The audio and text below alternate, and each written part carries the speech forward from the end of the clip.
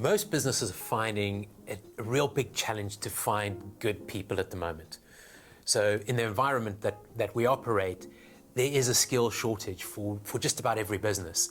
And no matter how much we think that AI is going to come in and that people are going to lose their jobs because of AI, we still have this big problem with skill shortage of really good people. And businesses are finding it harder and harder to find those good people. So what I want to do today is I want to share a model with you called the Circle of Growth model. Now, I can't take credit for this model. It came to me through a good friend, Paul Spiegelman. Actually, we called that the Circle of Growth. We're on a drive, I think, Indiana. And he says, Paul, it just occurred to me after spending a couple of years here now, it's like a circle. If we focus first and foremost on our employees, gain their loyalty, that's going to drive customer loyalty.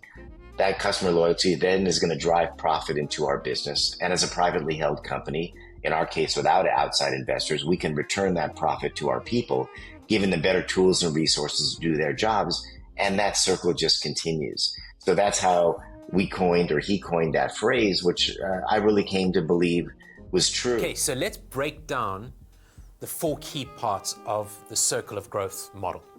The first thing is an employee focus. We want to create an environment where employees feel valued, where they feel heard and where they can thrive. So that's number 1. Number 2 is all about customer loyalty and driving retention of customers. They're saying it's cheaper to hold on to a customer than to go and find new ones. So this is all about customer retention, customer loyalty, and holding on to customers. And what that gives you is more profitable growth, premium pricing.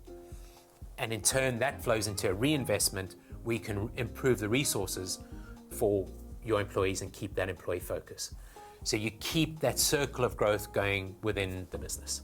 So the old wisdom was the customer is king. That was the way we've always looked at things, and we've forgotten about how important the employee is.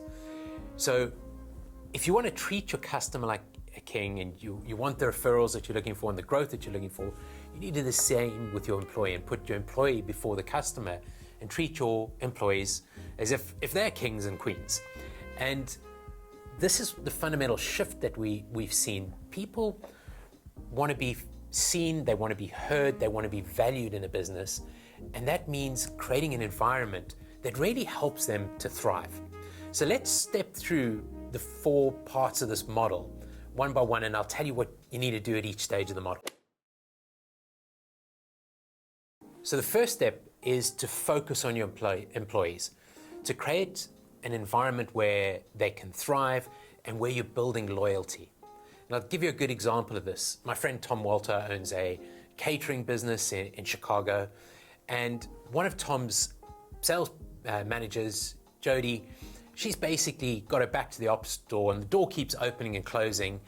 And when Tom spoke to her and started to look at the disruptors in his workplace, he found that Jody was counting the amount of times that the door opened and closed every single day. She counted 104 times that this door opened and closed, and it was because it was squeaking all the time. Now, can you imagine how much time Jody's actually focusing on the sales side of things versus how much time she's spending on counting the amount of times that the door opens and closes? So right away that evening, Tom and his brother got in and they shaved off part of the door so at least the squeaking was gone, and ultimately changed the whole arrangement of the office space so that Jody no longer had that disruptor. And straight away he saw a turnaround in the sales team's performance, where the performance kind of hit a 45-degree angle up, and they now could spend their time focusing on sales rather than worrying about the office environment and the door opening and closing. So think about your office environment. Just these little things that are making it difficult for employees to get the job done, whether it's the technology or the environment that they're in. How do you improve that space to invest in them, to give them everything that they need to serve the customers properly? Now, when you do this, it flows into the second part. You're creating energized employees who can serve your customers properly. And if you think about it, when you come up with your strategy, you need to renew the energy to execute that strategy in every single one of your employees all the time. So you have your strategy, you know what you've got to do, you know what your priorities are, and you know how you've got to execute. But you need to keep your employees excited about it, and you need to create that environment that's going to energize them to make sure that they're serving customers properly. So that's the second thing you want to do. You've got focus on employees first, create that great environment where they can thrive. Next thing is to keep them energized so that they are delivering great service to your customers. Now, what that flows into is profitable growth. So when I think of Beryl Health, Paul was seeing margins of 20 to 30%, whereas his competitors were seeing margins of 5 to 10%. So what was happening was through investing in employees, delivering that great service, keeping them energized, they were starting to see higher profit margins. Now, I like brands like Apple, I like brands like Swiss Airlines is my choice airline. It's because there's such a great interaction with those brands that I'll pay a premium to use them sometimes. So you can basically automatically push up your premiums by starting with investing in your employees. And the fourth point is that reinvest where you've taken those higher margins back into improving the whole employee experience. And this is this circle of growth that we're talking about, where you start with employees. By investing in employees, you're automatically